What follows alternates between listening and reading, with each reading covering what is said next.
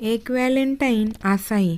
Valentine day आपल्या हृदयात जागा मिळवलेल्या एका गोड फुलपाखराला आपल्याच मनातील भावनांच्या फुलांचा गंध हळुवारपणे व्यक्त करण्याचा अगदी हक्काचा दिवस.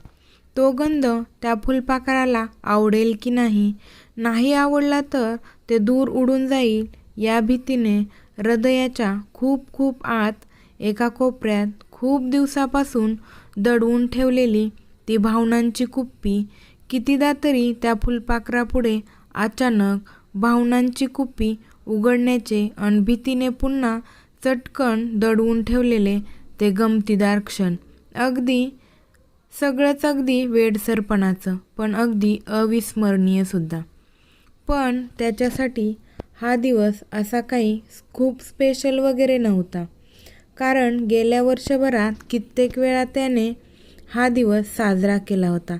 कितीतरी वेळा कधी गमतीने, कधी इमोशनल होऊन त्याने आपले प्रेम व्यक्त केले होते. अन त्याला सवयही झाली होती तिच्या नेहमीच्या उत्तराची, आपण दोघे बेस्ट फ्रेंड्स आहोत. मी तुझ्याबद्दल तसा कधी विचारच केला नाही. आज व्हॅलेंटाईन डे, शनिवारचा दिवस, त्यालाही सुट्टी अन तिलाही. मित्रांसोबत मस्त दिवसभर फिरायचं हा ठरलेला त्यांचा शनिवारचा दिनक्रम. आज भेटलेला प्रत्येक मित्र त्याला विचारत होता, आज तिला प्रपोज करणार आहेस काय? त्याचंही तेच उत्तर, आम्ही जस्ट फ्रेंड्स आहोत, नथिंग एल्स.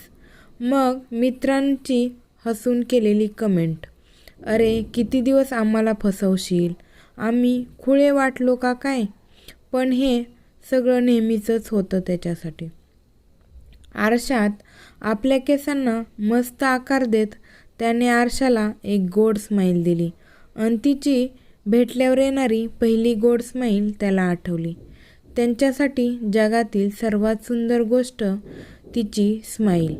आज व्हॅलेंटाईन डे, तिला कॉल करून विश करावं काय असा विचार त्याच्या मनाला स्पर्श करून गेला.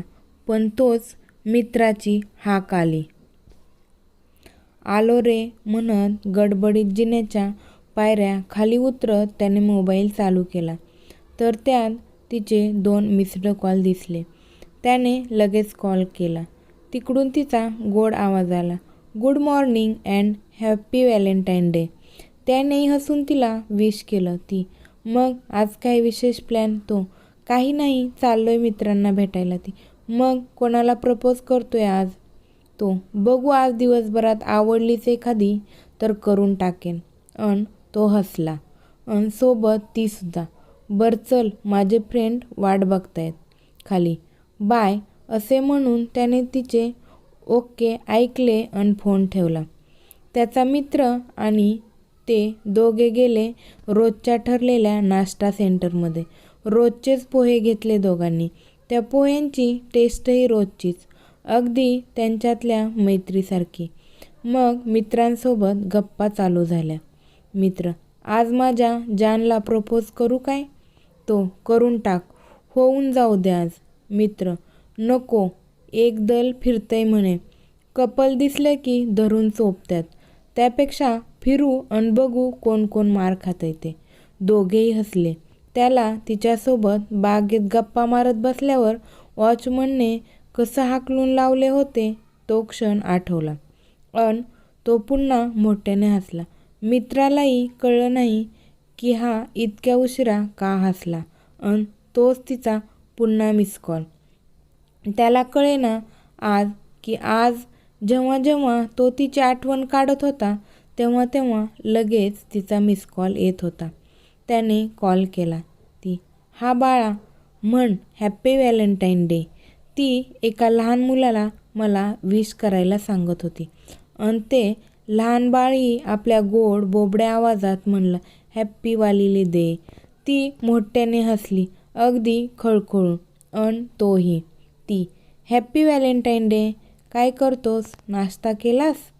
तो तिला उत्तर देणार इतक्यात तिच्या आईची हाक त्याला फोनवर ऐकू आली. लगेच ती म्हटली, आई बोलवते, बाय बाय. अन लगेच तिने फोन कट केला. मित्रांसोबत फिरता फिरता कधी दुपार झाली कळलंच नाही.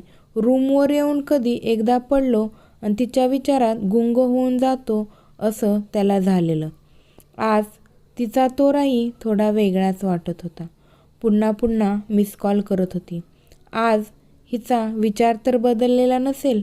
आपल्या प्रेमाला ग्रीन सिग्नल भेटला की काय, अशा कित्येक विचारांची एक मंद झुळूक त्याच्या मनाचा मोगरा अगदी फुलवून गेली. बेडवर जाऊन नुकतेच पडतो तोच तिचा पुन्हा एक मिस्ड कॉल. मन अगदी हरकून गेलं. रोज कितीतरी वेळा तिच्याशी कोणत्याही विषयावर अगदी बिनधास्त गप्पा मारणारा तो आता थोडं थबकू लागला. फोनवर बोलायला मनात पुन्हा पुन्हा एकच विचार घोळत होता.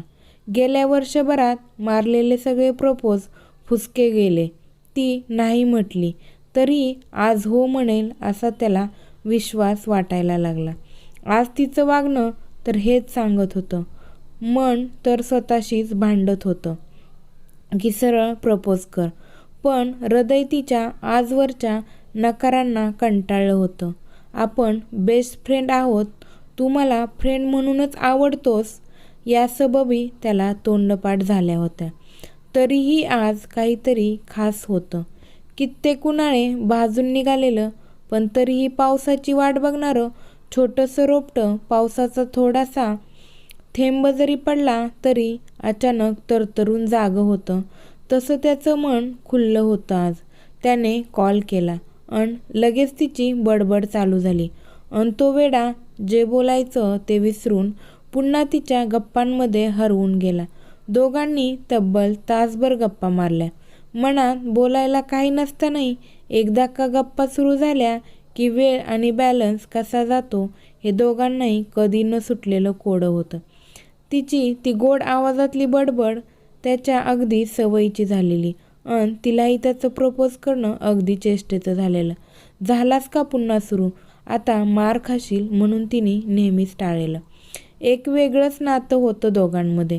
मैत्री अन प्रेम या दोन नात्यामध्ये कुठेही अगदी फिट बसणारं, पण दोघेही प्रेम आणि मैत्री या दोन विरुद्ध किनाऱ्यावर, परंतु सोबत चालणारे, कधी एका मतावर न येणारे. पण तो वाट बघणार होता अगदी शेवटपर्यंत. फोन ठेवून तो डोळे झाकून शांत पडून राहिला. तिच्यासोबत बसमध्ये केलेला प्रवास, मारलेल्या गप्पा, झालेली भांडणे, पुन्हा स्वारी, हे सगळं नजरेसमोरून पुन्हा धावायला लागलं. अन अचानक ती त्याच्या समोर आली. तिच्या त्या गोड स्माईलसोबत डोळ्यात थोडेसे पाणी आले होते. नेहमीप्रमाणे तिने पाण्याची मोकळी बॉटल त्याच्या डोक्यात मारली अन बोलू लागली. तुला काहीच कसं कळत नाही बुद्धू, किती वाट पाहायची मी. आजच्या दिवसासाठी थांबले होते हे कळले नाही बुद्धू. अन लगेच त्याच्याही तोंडातून शब्द आले, आय लव्ह यू.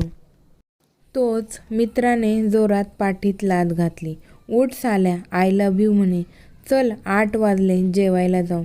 तोही अगदी दचकून उठला अन गालातच हसला.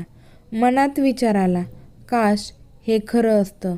त्याने मोबाईल चेक केला तर तिचे 3 मिस्ड कॉल पडले होते.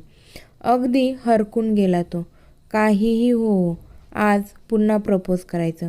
आज ती नाही म्हणणार नाही हा विश्वास आला होता त्याला. त्याने कॉल केला. हॅलो, बोल ना. त्याला अचानक दम लागल्याने शब्दच फुटेनात. फेब्रुवारीच्या थंडीत त्याच्या कपाळावर घामाचे थेंब साचू लागले, जे आले होते त्याच्या प्रेमाचे, एका अविस्मरणीय क्षणाला साक्षीदार व्हायला. अन तोच ती एकदम बोलली, अरे आज मला एकाने प्रपोज केले. सकाळपासून तुला सांगेन म्हणते, काय करू कळेना. काळजात धस्सकन कुणीतरी मिठाचे पाणी लावलेली सुरी घुसवावी अन हसून म्हणावं, कसं वाटतंय. तसं वाटला तो क्षण. आकाशाला गवसणी घालण्याच्या स्वप्नांनी भरारी घेतलेलं एखादं विमान अचानक वादळात अडकून जमिनीवर कोसळून पडावं तसं वाटलं. तरीही मन घट्ट करून त्याने विचारले, तुला आवडतो का गं तो? आपल्या फ्रेंडशिप शपथ खरं सांग. डोळ्यातून अश्रूंची धार नकळत गालावर, गालावरून मानेवर अन मानेवरून थेट हृदयात जाऊन हृदय जाळू लागली. तो मला खूप आवडतो, माझ्याच क्लासमध्ये आहे, ती त्या मुलाबद्दल सांगत होती. पण तिच्या बोलण्याकडे त्याचे लक्ष नव्हते. अश्रूंनी ओलेचिंब झालेले डोळे त्याने झाकले. थोडासा विचार केला अन खूप धीर एकवटून थोडेसे अडखळत तो तिला बोलू लागला. बाळा, तुला तो आवडत असेल तर हो म्हण. अन त्याला सांग की माझी फ्रेंड खूप गोड आहे. ती खूप गोड हसते. तिला कधी रडवू नकोस आयुष्यात, असं सांग त्याला. अन बाळा, मी नाही ग तुला दुसऱ्या कोणासोबत पाहू शकणार. माफ कर मला, पण मी नाही इथून पुढे तुझ्या लाईफमध्ये इन्व्हॉल्व होणार. बाय. त्याने फोन कट केला. मोबाईलमधले युनिनॉरचे सिम बाहेर काढले अन तोडून टाकले. अगदी तसेच जसं त्याचं हृदय तुटलं होतं. पाठीमागे वळला तर त्याचा मित्र उभा होता. त्याला कडकडून मिठी मारून तो मोठ्याने रडू लागला.